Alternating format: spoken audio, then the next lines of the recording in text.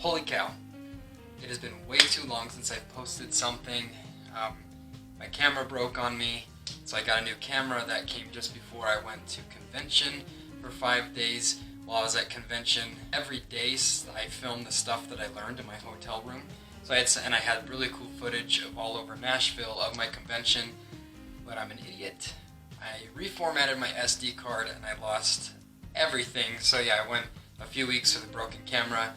Then I accidentally deleted everything. So here I am starting fresh, bringing you guys another video about what I learned at my convention in Nashville, Tennessee. The awesome thing about Exit is you don't go to these real estate conventions just to learn how to sell real estate.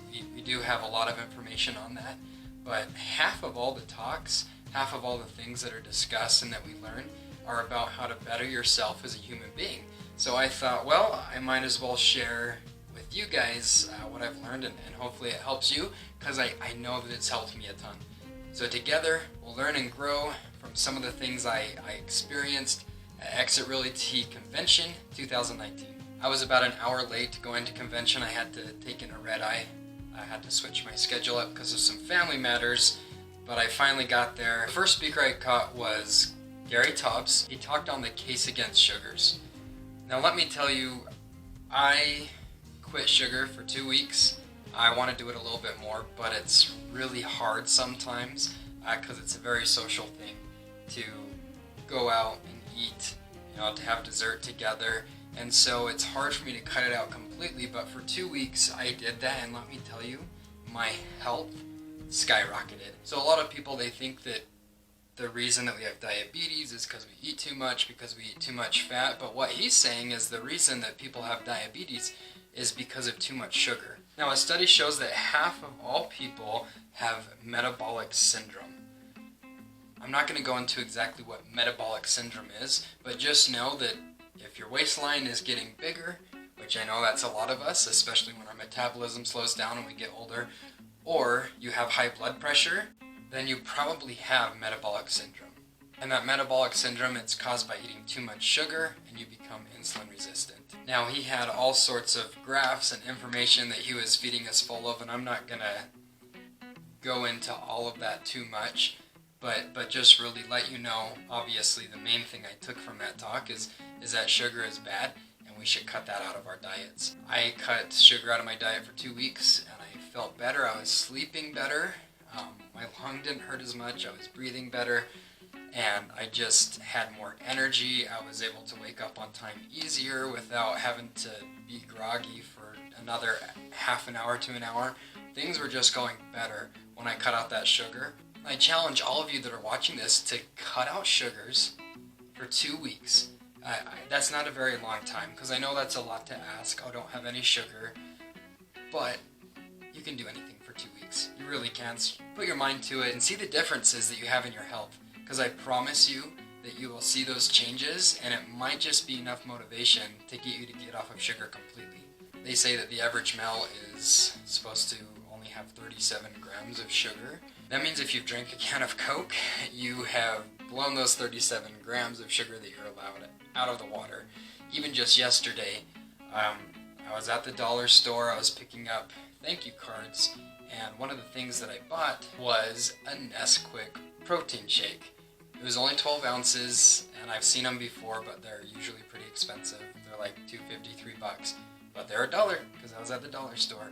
So I bought that, 16 grams of protein. That's awesome. I drank it, and afterwards I looked, and it had 59 grams of sugar in it. So just in 12 ounces of milk, I almost doubled what I'm able to have per day. So what I'm trying to do is taking that 37, I'm cutting it in half. I'm trying to not have more than 20 grams of sugar. Sugar causes so many health problems. Look into it yourself and kind of see what it can do, but just know that you're better off without it. And all of us are consuming way too much sugar, especially here in America. It's terrible and very eye-opening when you start to see how many grams of sugar you intake daily. It was kind of scary that I was intaking that much sugar, and that's what led me to want to cut that down quite significantly, and maybe you can do the same. The next speaker was Keef Limit. He has ran a lot of marathons. I had that number in my head, but now that it's been so long, I forgot how many it was. But one of the things that he has done is he has ran a marathon in every single state, which is really impressive. And he took all of the knowledge that he's gained from running these marathons, and he told us what he learned. And what I really took from that talk is that we have so many limiting beliefs as a society, as people, and we really need to get over those limiting beliefs. People don't just wake up and say, oh hey, I'm gonna run a marathon, I'm gonna run over 26 miles in one time frame. You know, that's insane for people to just wake up and do, and so it takes a lot of preparation. It takes a lot of practice. So when there's something that's worth doing in your life, take the steps necessary to accomplish it and start off by preparing for it. Second, you have to have a good support system. He talked about in one of the marathons that he was running, he hit his wall. I have never ran far enough to have a runner's high, and I've never ran far enough to hit the wall that runners hit. But it sounds pretty devastating if you do. But he hit that wall as a runner. He was 100 to 200 meters away from the finish line, and he just couldn't go anymore. And so what happened was his kids come running off the sideline, and they were there massaging his thighs, massaging his calves, and just preparing him to finish that race.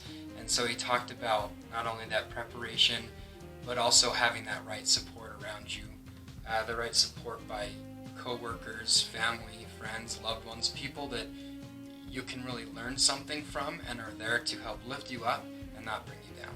And we need to realize that the life ahead of us is far more important than the life behind us. When there's something worth doing, too often we procrastinate, we let things get in our way, but you just take that first step. Take that first step into your marathon, take that first step into your goals, and to starting a new job, to living healthier, whatever it is, just take that first step and work hard, and everything else will follow. Because again, running a marathon, that's a scary thing to think about. And a lot of people have that on their goals to eventually do, but they never end up taking that first step past the starting line. So at the very least, just try to accomplish something. You might fail. We all fail at some point, but at least you're trying. And you're never going to accomplish anything unless you take that first step. The last thing that he said that really resonated with me is he says you don't have to be perfect to be amazing. So just think about that.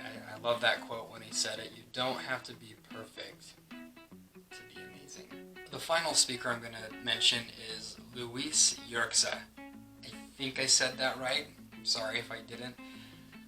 But she is over 60 years old, and she started competing in bodybuilding competitions.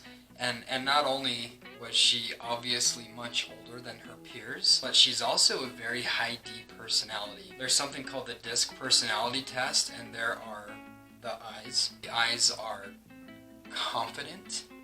The I's can be overbearing.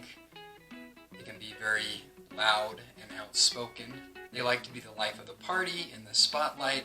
They can also be very spontaneous and just jump into things, maybe not think things through completely, but they're just fun people, and they're also go-getters in their own right. But Louise is a high D personality, which means that she's very calm. Everything she does is very calculated. She thinks things through. She doesn't like to be in the spotlight. So she's exactly opposite of these people that she was competing against. So not only was she older, but she had to learn how to just be loose on stage. She had to learn how to have fun up there and show that confidence like some of these other bodybuilders had. Obviously, she went into her process, how she did it, all the nutrition, but for her, when some of these other bodybuilders were going to the gym multiple times a day, She would do one session at the gym and she'd eat the correct stuff, and she said, I don't need all these different kinds of weights, I just need a bar and I need some dumbbells, I need a bench, and I need a yoga mat. So she didn't have to go to some fancy gym, she could really do her workouts anywhere she wanted, because she was so calculated and knew exactly what she needed to do to hit her goals and to become a bodybuilder. It was so impressive, this sweet lady up there talking about her experience. And just remember, obviously you can accomplish anything you put your mind to. She just woke up one day, she was a very accomplished real estate agent, and she wanted to take on something else. So she tackled bodybuilding, of course, because of how driven she is, how she goes about things. She succeeded. It goes to show you can accomplish anything you put your mind to, and you're never too old to do something different. You're never too old to set another goal, and you're never too old to succeed in life. So remember that, and just keep setting goals, keep wanting to succeed, and keep pushing forward. And I know you guys can. Thank you so much, and I'll be sharing a few more videos about what I learned at Exit Convention 2019.